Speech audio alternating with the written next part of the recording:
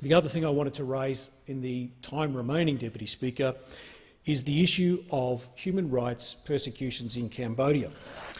Over recent months, I've continued to be briefed by the President of the Cambodian Association of Victoria, U Horn Chia, Councillor U Horn Chia, and also the City of Greater Dandenong Councillor Heng Tek, along with the Member of Parliament Hong Lim, the member for Clayton, the retiring Member of Parliament.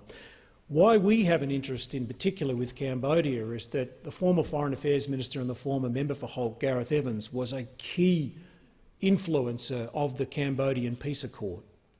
I don't think Gareth, in his wildest dreams, would have thought, and Hun Sen was around at that period of time, that we would be in a situation where we'd be talking in this parliament about Hun Sen, his activities and what he has been doing in Cambodia, particularly to the opposition.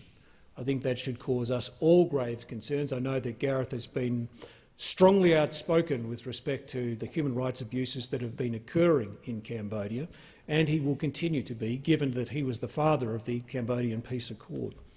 I wanted to read into the parliamentary record that, according to Lindsay Murdoch's article in The Age, the Cambodian ruling party led by Hun Sen has drawn up a 5-year plan that critics say will entrench the dictatorship of strongman Hun Sen through intimidation, harassment and arrests. The plan crushes hopes that Hun Sen would allow a return to political freedoms and semblance of democracy after mid-year elections.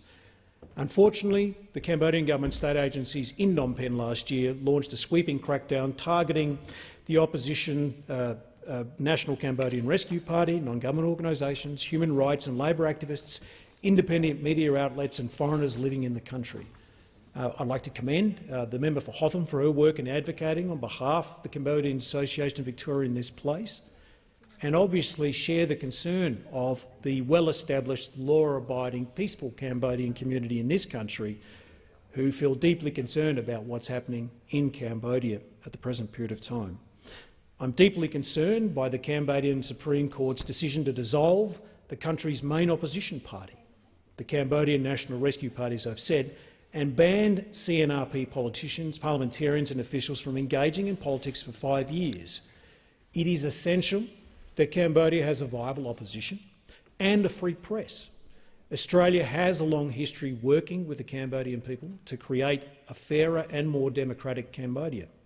The Paris Peace Accords, as I've mentioned before, in which Australia played a central role, promised the Cambodian people the right to free and fair elections. I'd certainly urge the Cambodian government, and I note that Hun Sen will be visiting this country soon, to reconsider its ongoing persecution of opposition parties and dissenting forces in Cambodia. Deputy Speaker, in the time I have remaining,